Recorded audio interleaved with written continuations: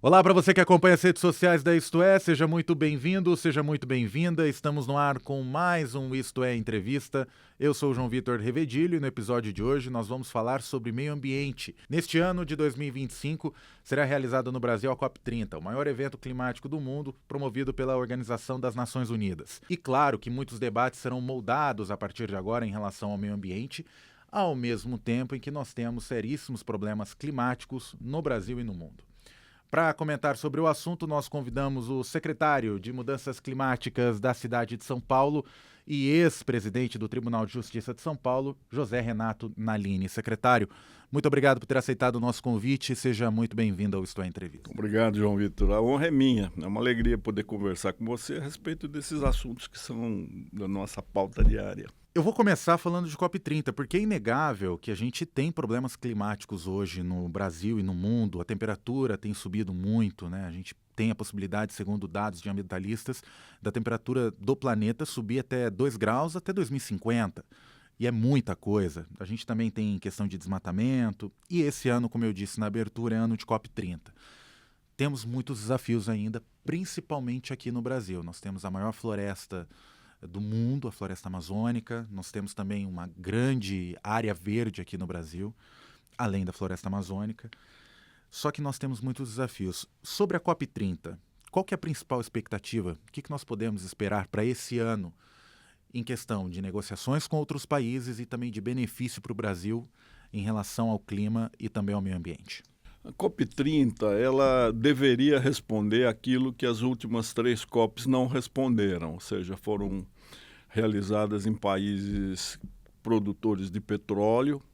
Então, o tema mais importante, que é a descarbonização do mundo, e na verdade nós deveríamos falar desfossilização, porque nós somos de carbono. Então, levando a sério a descarbonização, nós mesmos deveríamos ser excluídos, né?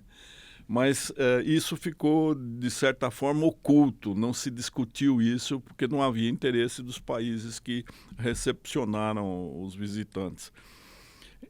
A segunda expectativa é a de que o Brasil responda à necessidade de cumprimento daqueles compromissos assumidos dos países ricos ajudarem os emergentes, né? Aquela cifra de 1,3 trilhão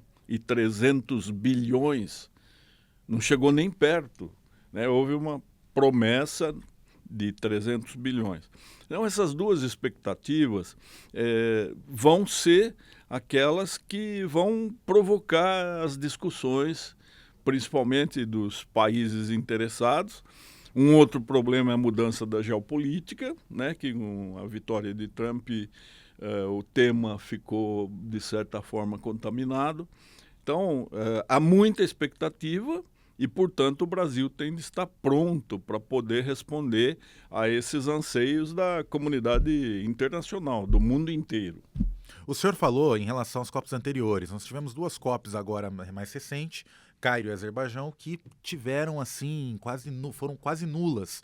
Não avançaram nas negociações. A última, no Azerbaijão, tiveram diversos problemas de negociação, tanto que para fechar um acordo precisou de até mais dias do que era previsto inicialmente.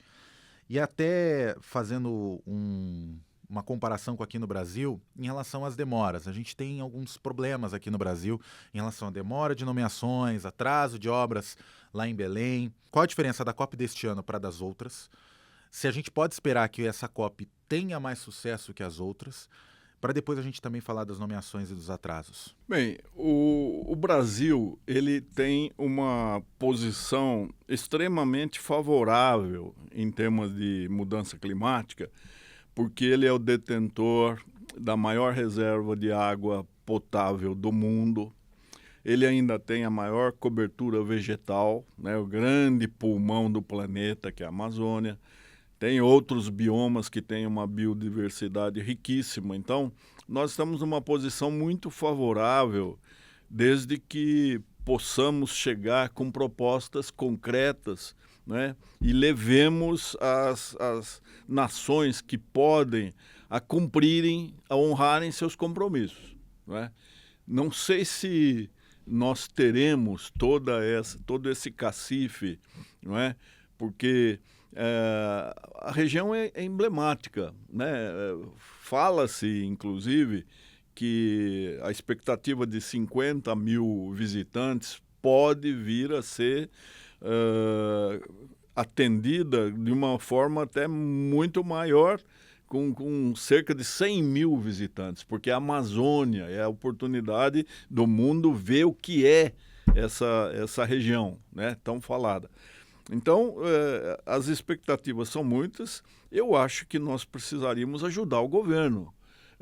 Eu digo, quando nós, é empresariado, é iniciativa privada, é academia, é universidade, todas as pessoas que puderem colaborar devem levar temas para serem discutidos previamente e durante a COP também. Vou falar das nomeações porque nós tivemos a demora na nomeação do embaixador André Lago, né, que é o presidente da COP30. Nós tivemos também a demora na nomeação do campeão do clima, né, que já foi escolhido nesta semana. Na verdade, na semana passada, o DEM, exato, foi escolhido na semana passada. Nós também temos atrasos em obras. Toda essa demora, essa dificuldade para se nomear, não prejudicam as negociações e a ponto de dar uma sinalização de que há uma possibilidade dessa COP também flopar, vamos bem dizer assim? Bem, nós temos de torcer para que isso não ocorra, né? O Brasil é um país da improvisação, né? A COP 92, você era criança, não se lembra, mas a COP 92 também foi cercada de muita expectativa e o Rio ficou realmente uma cidade maravilhosa, uma cidade segura, as pessoas aproveitaram, foi muito importante o resultado da COP 92.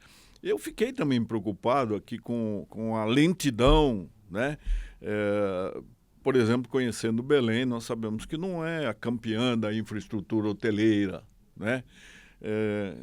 Estava preocupado também ao saber que, em lugar de fazer alojamentos de madeira que foram oferecidos ali, e depois eles seriam removidos para outros espaços, então teria uma utilidade permanente, preferiu-se, àquela altura, falar que grandes cruzeiros, grandes navios atenderiam a essa demanda. Então a COP começaria com crime ambiental, fazer uma dragagem num lugar que não poderia ser feito, né, para fazer com que houvesse possibilidade do calado dos grandes cruzeiros chegarem ali.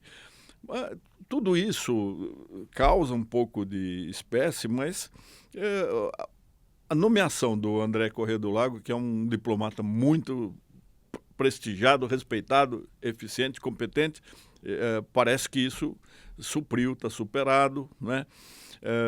E tudo indica que há uma conjunção de esforços.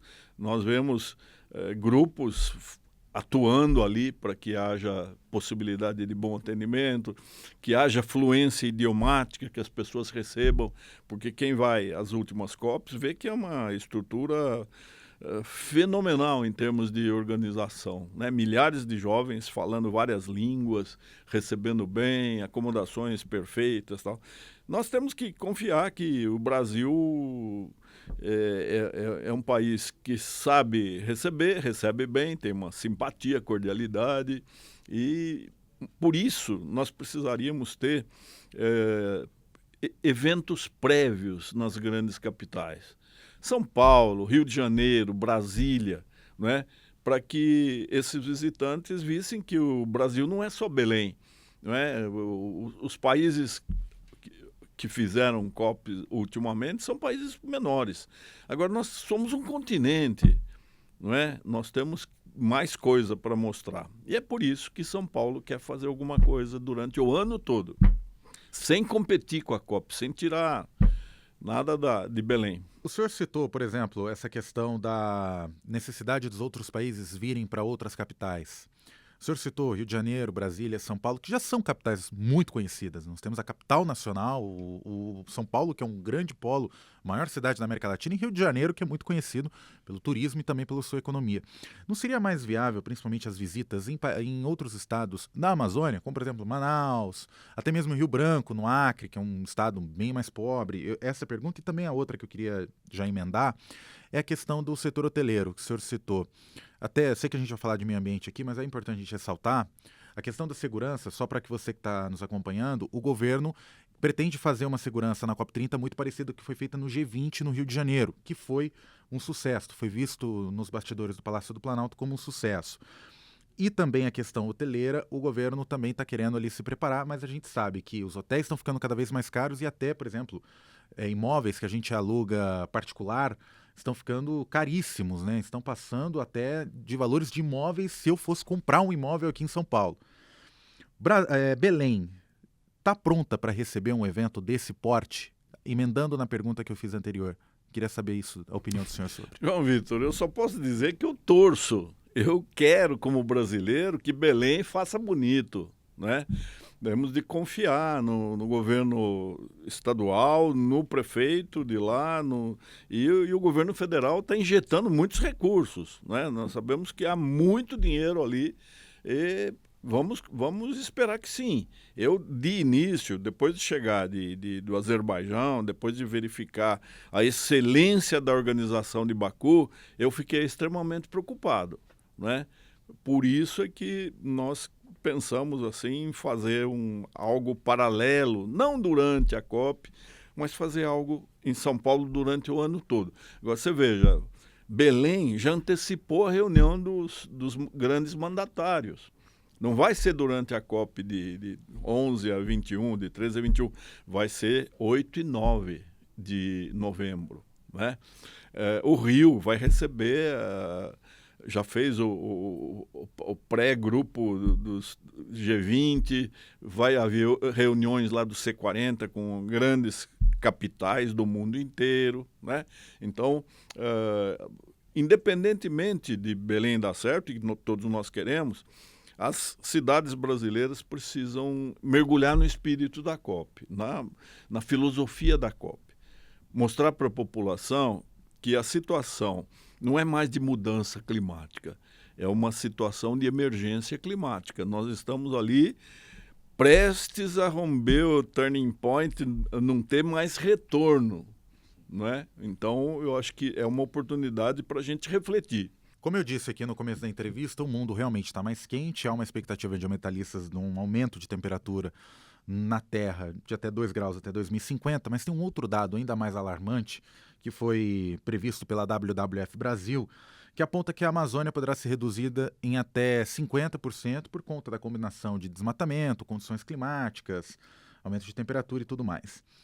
Queria saber do senhor o seguinte, há uma conivência dos governos com a falta de transparência em ações ambientais? O senhor avalia isso? Porque há realmente um grande número de desmatamento no Brasil, a gente vê esse número aumentando cada ano. E queria saber também, o Brasil ele quer investir num fundo com outros países desenvolvidos para financiar a preservação de florestas de países emergentes, como o próprio Brasil e outros países na região. O senhor acredita que, em relação ao desmatamento, esse fundo pode ser uma grande solução?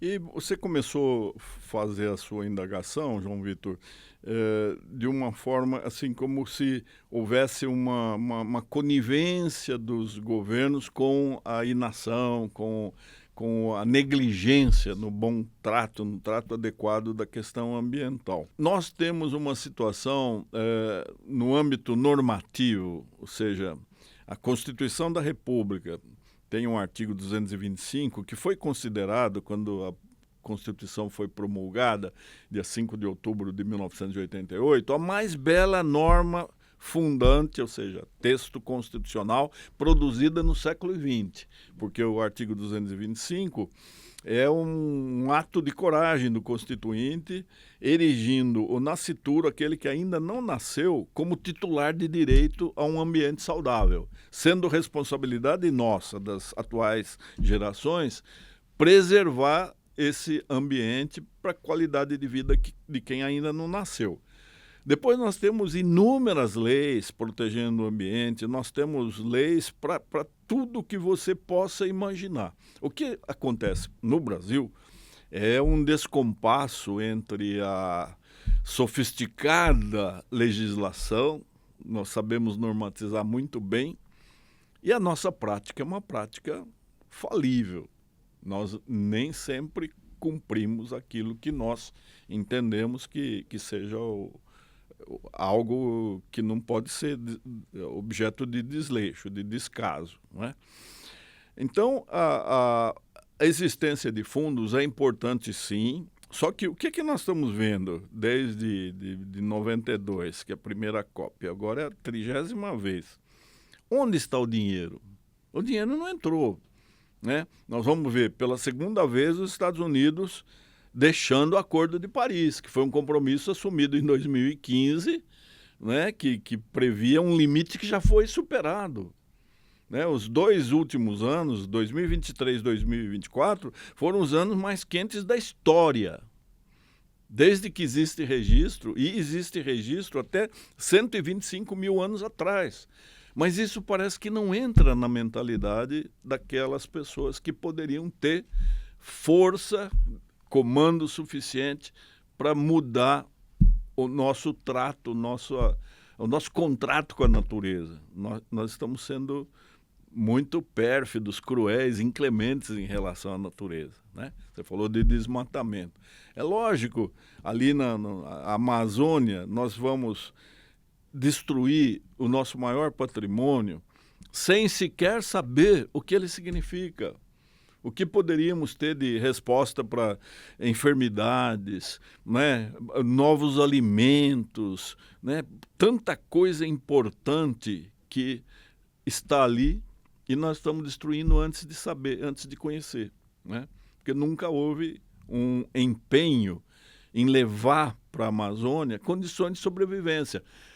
São 29 milhões de brasileiros que estão ali, né? Sobrevivendo com uma economia extrativa cada vez mais difícil, se subordinando à vontade da criminalidade internacional, né, que domina, que tem desenvoltura ali, né? Então, eu acho que é um momento, esse ano de 2025, do país se repensar e passar a ter bastante juízo no trato com essa questão, principalmente a Amazônia, que é o lugar que, se vier a falhar, não é só o Brasil, não é só o Sudeste, é o mundo que vai sofrer consequências. Antes de eu entrar no Brasil de novo, eu vou entrar no cenário internacional porque, como o senhor mesmo citou, o Donald Trump saiu do Acordo de Paris, tirou os Estados Unidos desse acordo.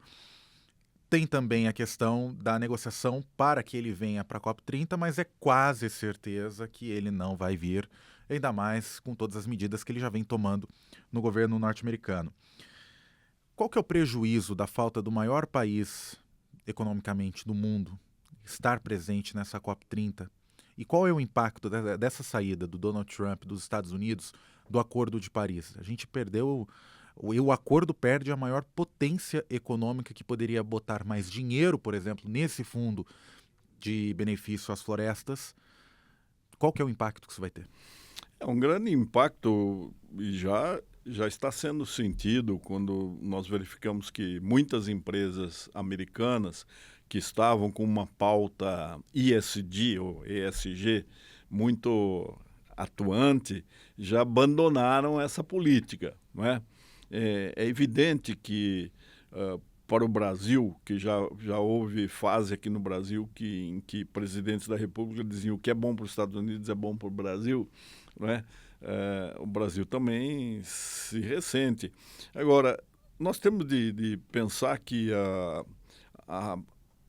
os Estados Unidos da América, eles têm uma democracia muito forte, instituições fortes. Não é a União não tem a força que teria a União da República Federativa do Brasil até um tempo atrás. Hoje a coisa está um pouco diferente porque o Legislativo assumiu um protagonismo muito grande, o Judiciário também ocupa outro espaço. Já não podemos falar, como diziam os americanos, Tem um livro, Sua Majestade, o Presidente do Brasil. Já não é assim. Mas nos Estados Unidos há um controle muito grande por parte do Poder Judiciário, a Suprema Corte. Veja que coisa interessante.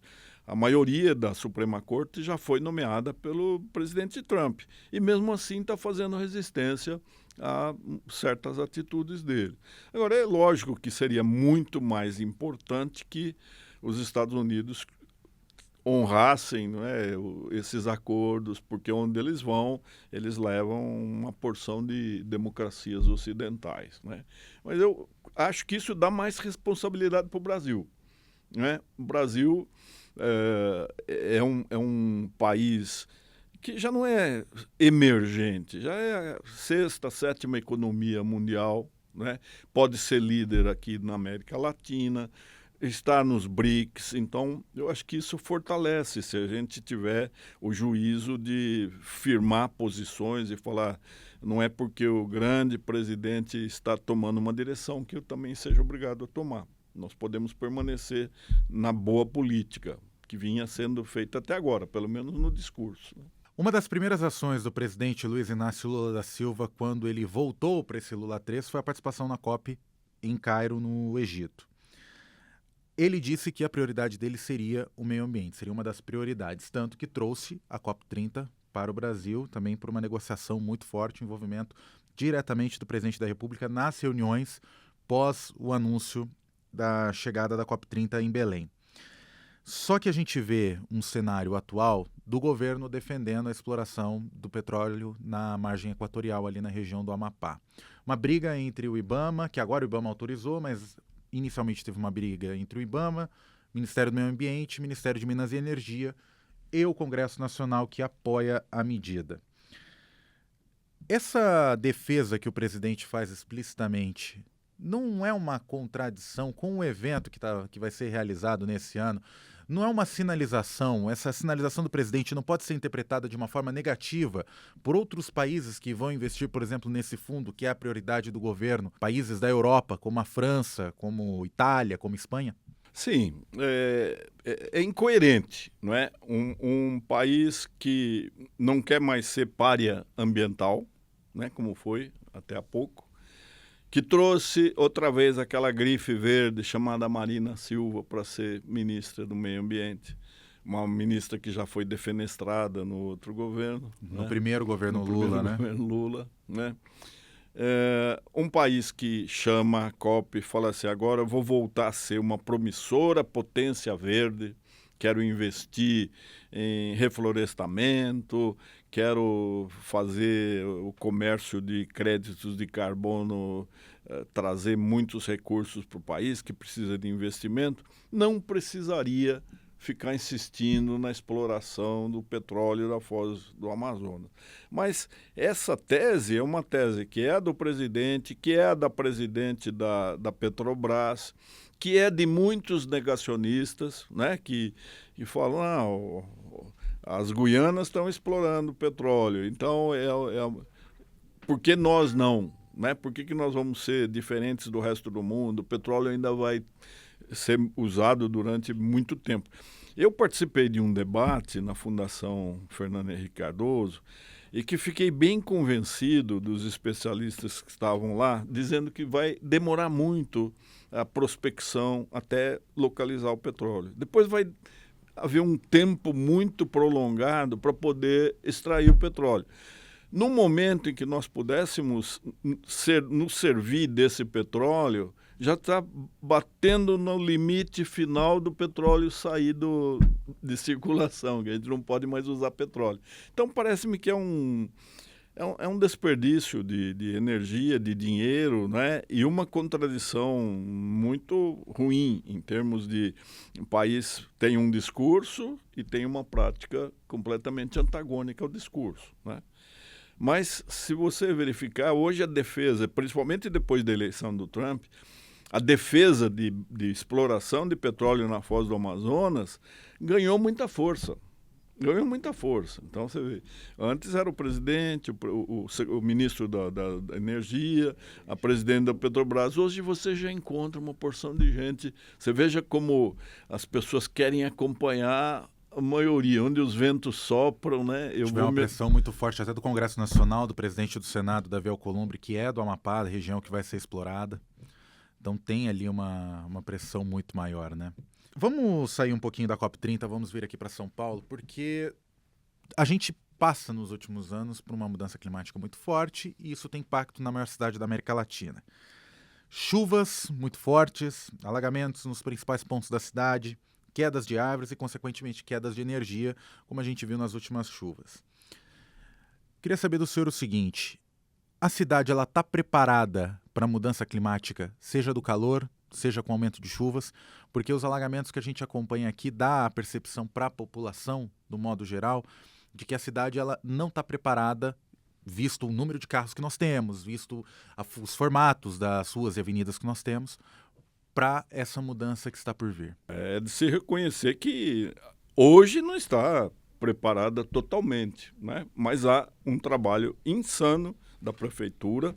Então, veja bem, João Vitor, o prefeito Ricardo Nunes foi o primeiro a criar uma secretaria executiva de mudanças climáticas. Colocou na Secretaria do Governo, que é junto ao gabinete dele, ou seja, para que ele tenha um controle daquilo que essa secretaria tem de fazer, ou seja, articular com todas as demais secretarias, com as empresas públicas, municipais, dialogar com a sociedade, dialogar com a academia, com a universidade, com o empresariado, para que a questão das emergências climáticas, que não são mudanças, entre no radar de todas as pessoas. São Paulo é fruto de uma ocupação insensata, irracional. Não é? Nós temos um país imenso, muito território. Não faz sentido você concentrar só nos limites de uma cidade quase 13 milhões de pessoas, não é? Que começam a ocupar áreas que são insuscetíveis de sediar moradia. Hoje, a região dos mananciais, há uma lei de proteção dos mananciais. O bioma Mata Atlântica está previsto na Constituição e tem também lei da Mata Atlântica, lei dos mananciais. Entretanto, a ocupação é completamente obsessiva. É alguma coisa que, para as pessoas entenderem, precisariam sobrevoar aquela região num fim de semana e ver a força do mutirão, a força, parece um formigueiro trabalhando. Então, é um crescimento realmente doentio, né? É uma metástase o crescimento na região dos mananciais.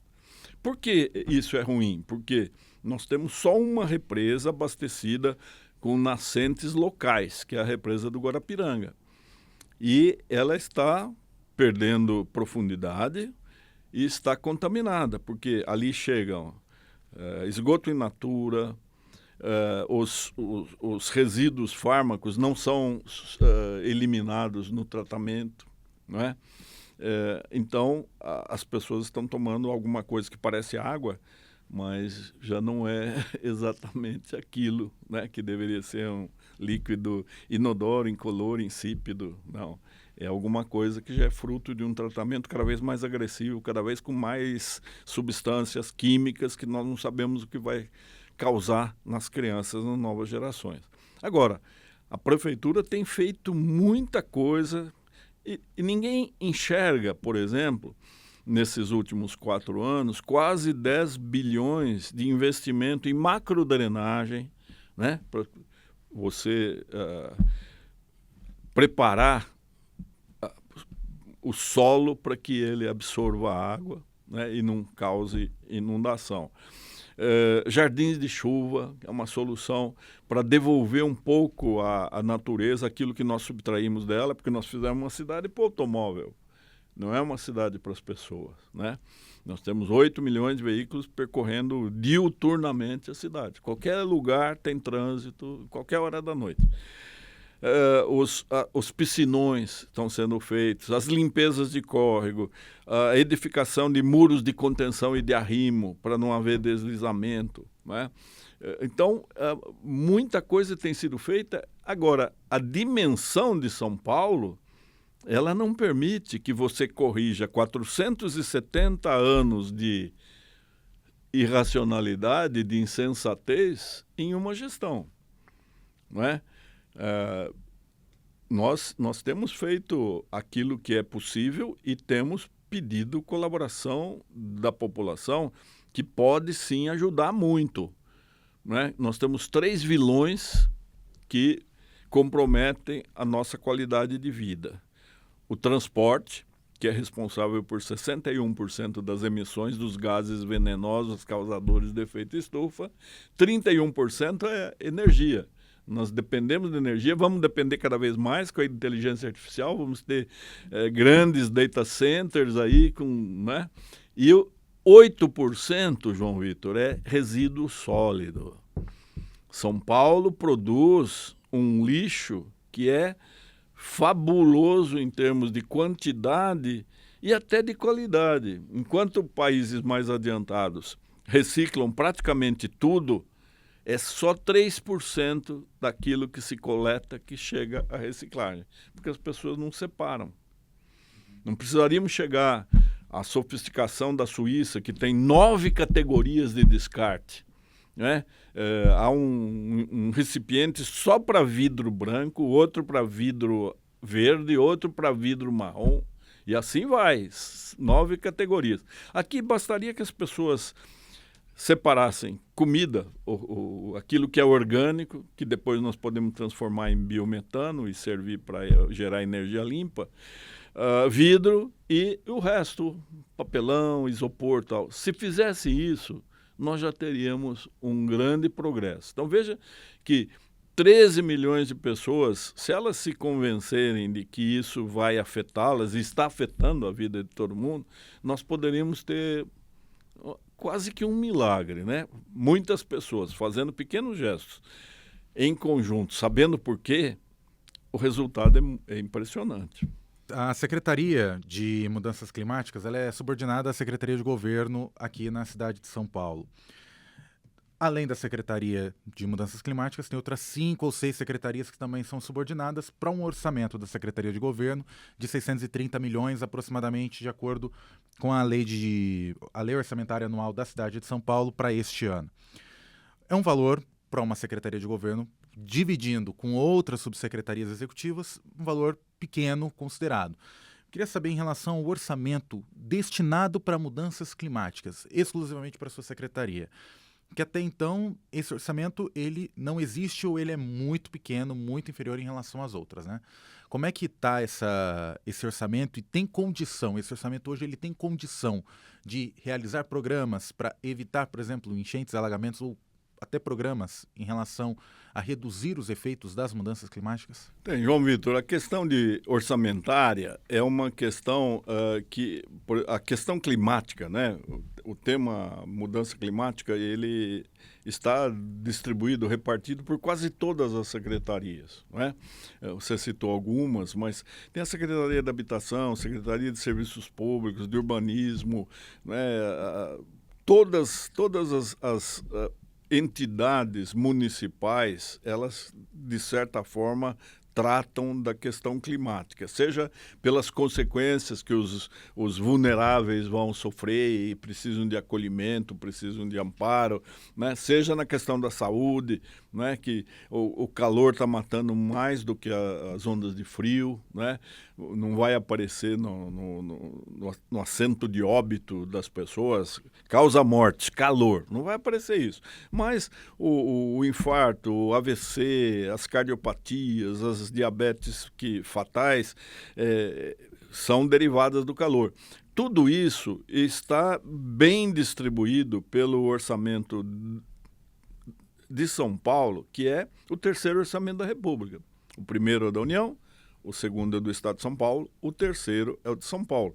Mas pensando nisso, nessa sua dúvida, que é pertinente, o prefeito Ricardo Nunes pediu para que se elabore um orçamento climático. Porque a minha pasta não tem orçamento. Nós somos uma ficção. Nós existimos para fazer articulação, para fazer uma pasta conversar com a outra, para conversar com a sociedade, com a academia, empresariado, mas eu não tenho orçamento.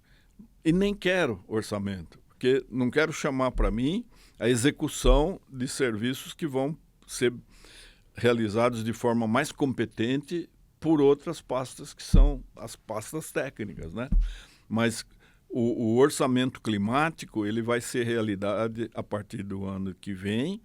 E hoje nós estamos numa fase muito interessante, João Vitor, que é da revisão do Plano Clima. Nós temos um plano de ação climática, que é um plano ambicioso, um plano muito bem elaborado, muito bem detalhado, com inúmeras estratégias e metas, e ele está totalmente sendo executado. É que no afã de fazer um plano, nós colocamos limites para mudança real da cidade de São Paulo em 2050. E é muito difícil hoje você avaliar, né, porque são metas intermediárias, finais. Nós estamos revisando o plano, mas a população toda está convidada a dar sugestões para os planos, viu? Para a gente poder tratar melhor a cidade, não por causa da cidade, por causa do ambiente, por causa das pessoas, né? O prefeito é uma coisa que eu não sei se você sabe, se tem, mas ele chega à prefeitura muito cedo, toda manhã, e quem ele encontra, ele fala assim, o que você está fazendo para melhorar a vida de quem mais precisa, dos mais vulneráveis, dos mais carentes, dos mais necessitados. Então, a gente fica com uma responsabilidade muito grande. Recentemente o senhor falou em uma entrevista que as árvores elas são as melhores soluções para a população. Mas nos últimos anos a gente vê muita derrubada de árvores para a construção de prédios. Então a gente vê um aumento, principalmente no centro expandido daqui de São Paulo, um aumento do desmatamento para prédios e até obras, no modo geral. E a gente não vê, a gente não tem a percepção, até quem é morador daqui de São Paulo, né? Até, por exemplo, no meu caso, eu me divido entre aqui e Brasília. Eu, por exemplo, não tenho a percepção de que a gente tem uma grande área verde, principalmente no centro expandido. Como abrir espaços para a área verde, sendo que a gente está vendo um protagonismo dessas construções? Realmente tem uma redução da área verde em São Paulo? Porque a gente está vendo muito mais um protagonismo das construções civis do que propriamente dito de área verde. É um problema complexo, viu, João Vitor?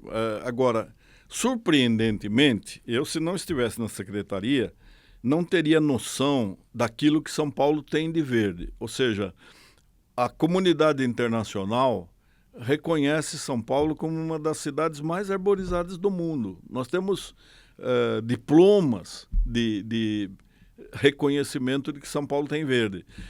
Um levantamento empírico, através de georreferenciamento, satélite, drone, etc., fez um cálculo que nós temos 89 milhões de árvores. Um número que me surpreendeu, eu não teria ideia.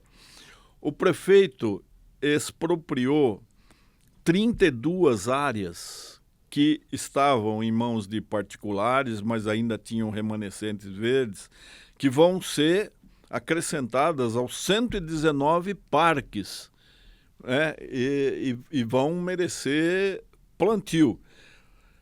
Por causa desse reconhecimento que é internacional, e nós aqui nem sempre notamos, o Papa chamou o prefeito lá com mais 19 outros, então chamou 20 prefeitos do mundo inteiro para saber o que se estava fazendo em termos de arborização, né? Então, houve a prefeita de Paris, o prefeito de Vancouver, de Kyoto, de uma série de cidades lá. E o prefeito tem tanta sensibilidade em relação à árvore, porque ele é lá do extremo sul, é o lugar onde ainda existem fragmentos de Mata Atlântica, a região dos mananciais. Ele quer, durante esse ano de 2025, plantar pelo menos 120 mil árvores. Nós já temos 170 mil mudas nos 2 viveiros da prefeitura. Um é o viveiro Manequim Lopes, o outro é em Cotia. Nós temos 170 mil árvores adultas que têm uma altura superior ao do peito de uma pessoa de altura normal, né, de estatura normal, e tem dimensão também de tronco. Tem até uma classificação técnica que pessoal mais técnico, mais erudito, saberia descrever. Nós temos 170 mil árvores para plantar. Estamos chamando todas as empresas, todos os clubes, todas as igrejas, todo mundo, quem queira, para fazer plantio. E essa possibilidade de aumentar a cidade com o verde só municipal, as pessoas, o paulistano não sabe que nós tínhamos já 15% da área do município com parques, cobertura vegetal, só em parques municipais. Com essa expropriação de 32 áreas, nós ficamos com 26%.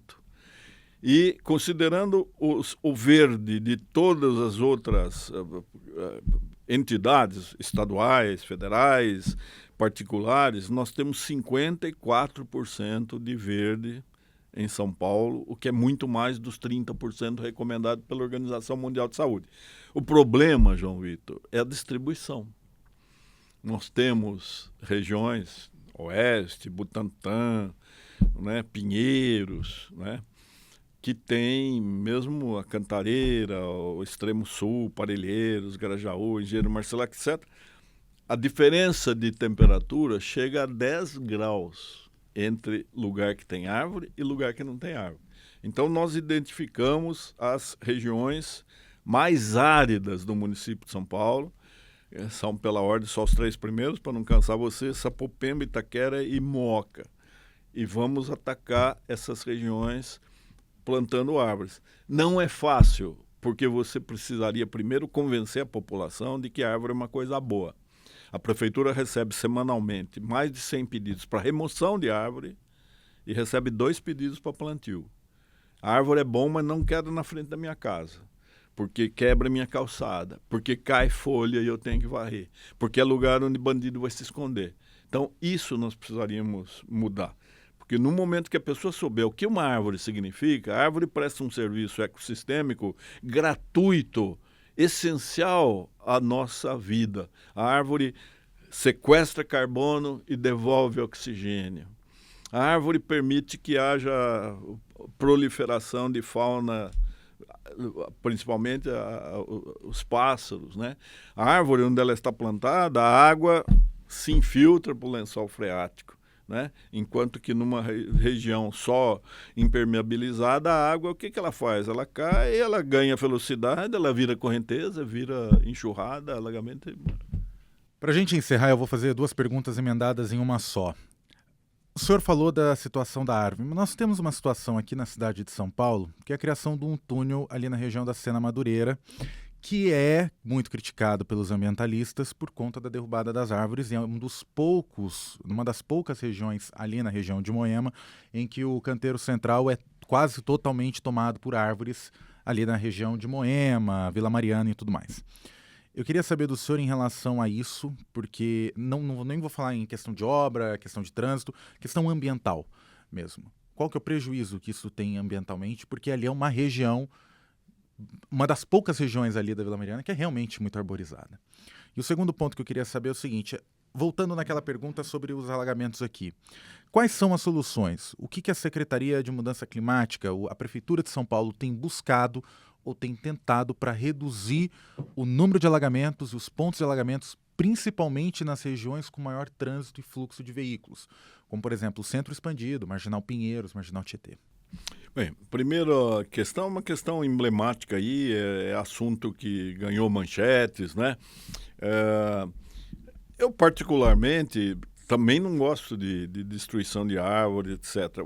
Os técnicos dizem que se houver um encurtamento da distância que os veículos vão percorrer para chegar até as rodovias que conduzem ao litoral, vai haver uma redução na emissão dos gases causadores de efeito estufa. Isso que teria justificado a obra, né? É aquele cotejo entre mal menor e mal maior. Os técnicos consideraram que o mal menor seria eliminar essas árvores e fazer o encurtamento do trajeto. Mas veja que a população, ela de tal forma ela reagiu que hoje a obra está parada, né? E, segundo consta, eles chegaram a lançar sementes no lugar onde já está crescendo, etc. Mas uma cidade da dimensão de São Paulo, João Vitor, ela é uma cidade que tem paradoxos, que tem coisas que colidem, né? Porque só hoje que se tem tentado fazer com que haja uma coordenação para que uma secretaria saiba o que a outra vai fazer, né? Eu acho que nós estamos num bom caminho para encontrar